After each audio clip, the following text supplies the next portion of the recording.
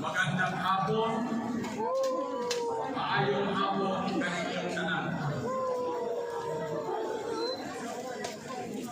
Nagkakaisa po at mapayapa tayong nagsasama-sama sa oras na ito sa layunin na ating ipahayag ang ating pong pag-iisa sa sambayanang Pilipino. Nais po nating ipakita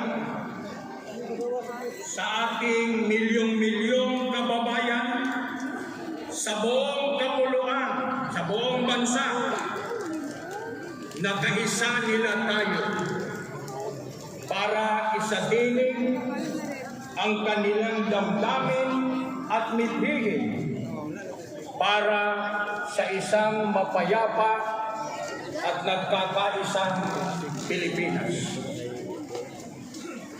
Ang dahilan, mga kapatid at mga kababayan, ay naniniwala tayo na ang kapayapaan at ang pagkakaisa po ay kailangan at tunay na mahalaga sa pag-unlad ng ating bansa. Ano po ang nais nating iparating sa mga namiminuno sa pamahalaan, sa mga opisyalis ng gobyerno?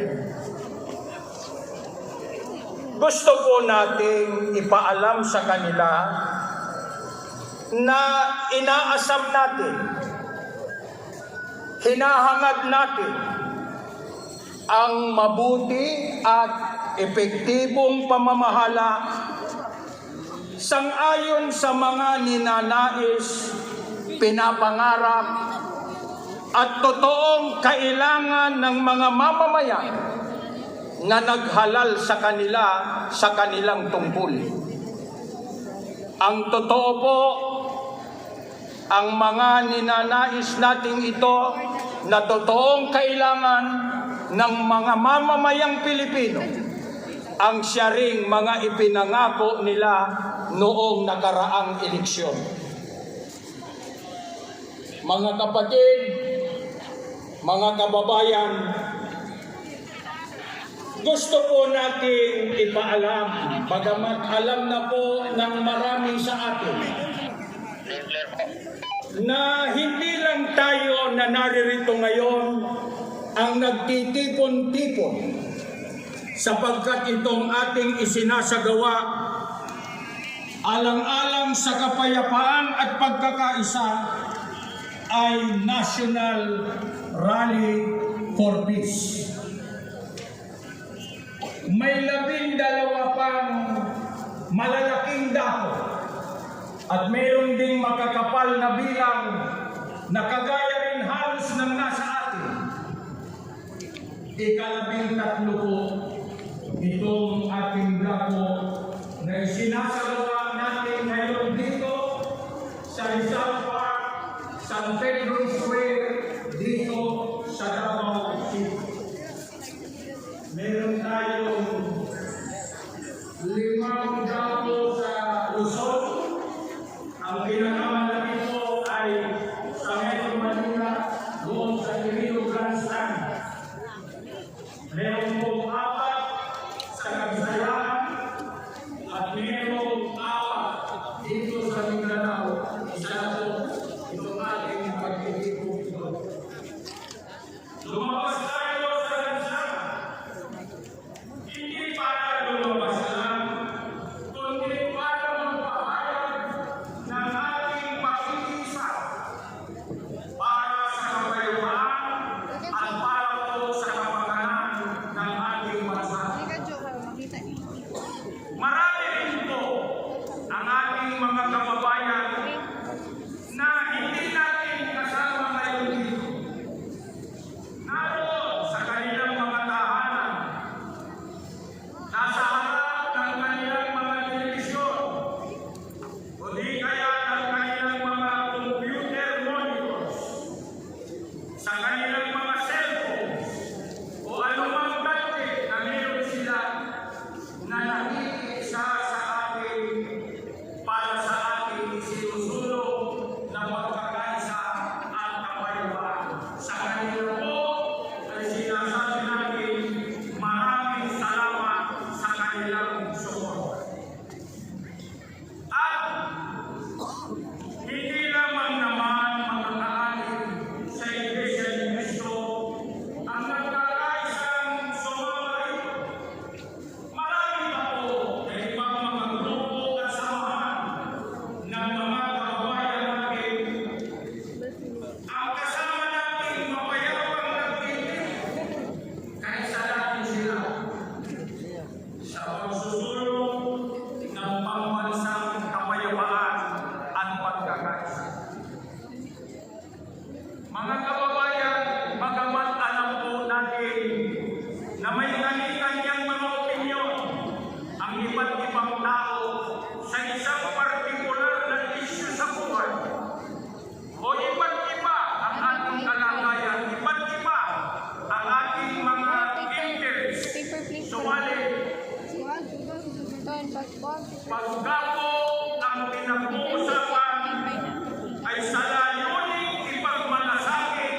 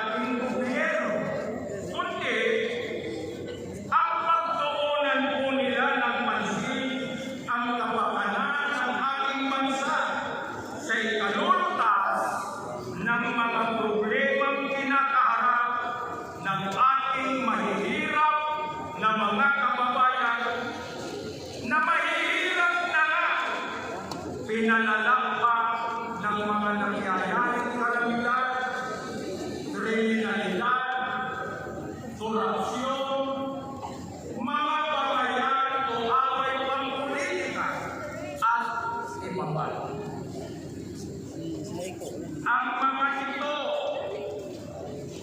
Ang mga ito po ang dapat ay pagsikapan bagahin ng ating pong pamahalaan o ng ating pong gobyerno.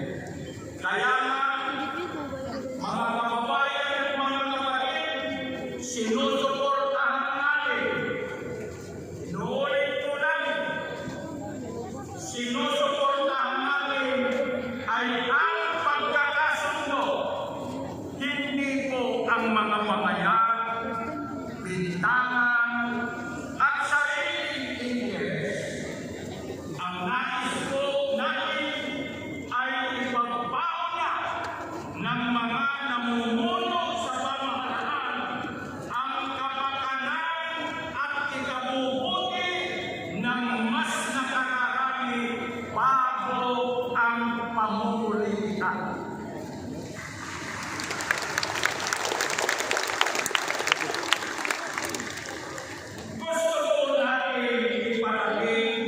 Sa mga nasa pamahalaan ang damdamin ng sambayanan. Gising po kami! Gising po kami! Nakarang na ganyan, di ba ba? Hinihintay po namin ang paglilingkod ninyo sa kapakanan namin na mga simpleng mga Pilipino.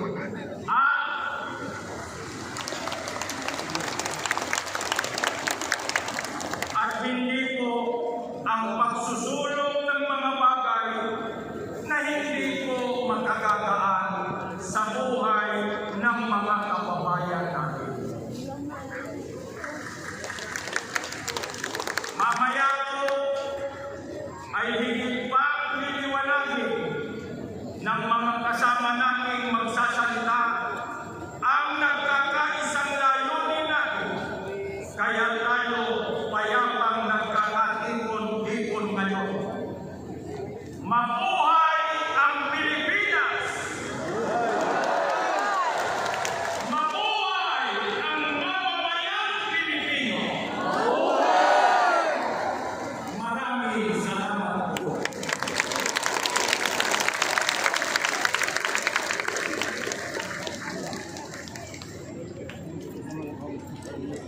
Ang sunod po na magsasalita ay ang kapatid na Israel Flores, tagapagdiwa ng Distrito ng Davao del Norte.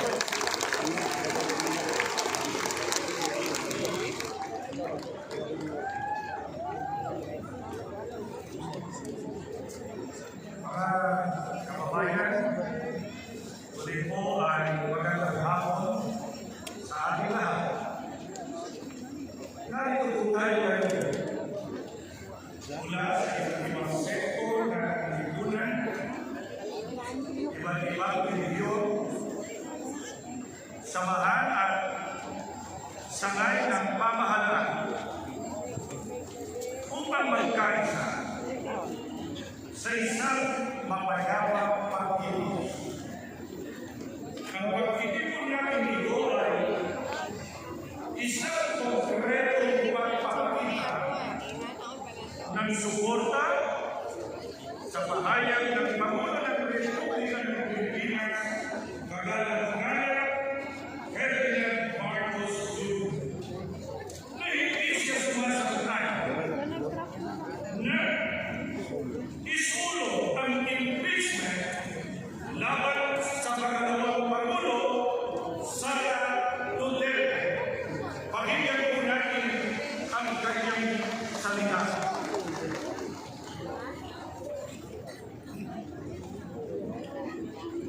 This is not important. This does not make any difference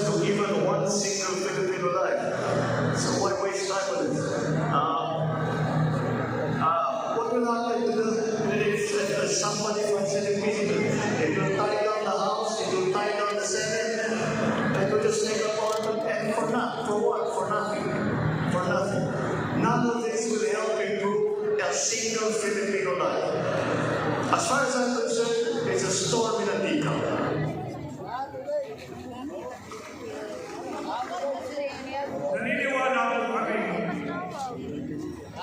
ang narinig niyong opinyon ng ating Pangulo para sa kapakanan ng bansa sa bayan ng ang ganitong posisyon ay hindi lamang nagpapakita ng malasakit, kundi nagpapakita ng pagkunawa sa tunay na pagkailangan ng ating bayan.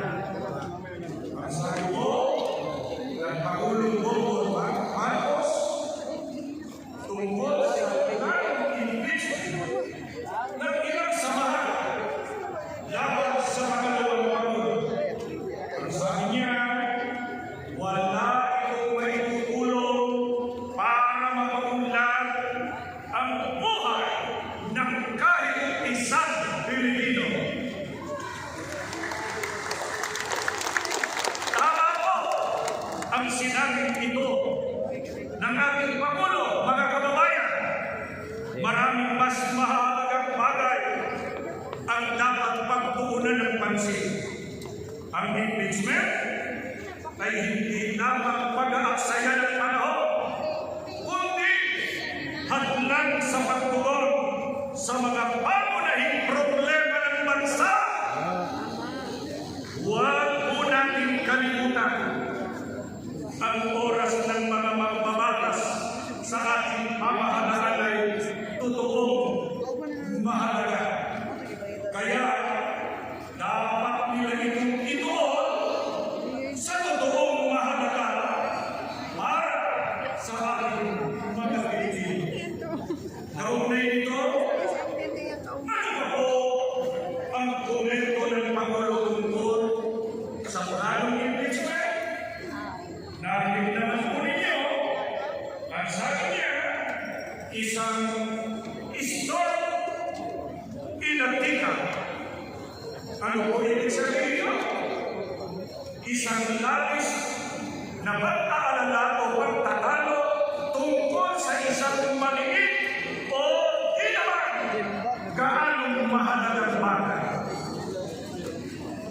At sang-ayon po tayo rito, mga kababayan, inuulit ko, sinasang-ayunan po natin yan. Ang pagsusulong ng impeachment ay pag-aaksaya lamang ng oras ng Kongreso at ng Senado.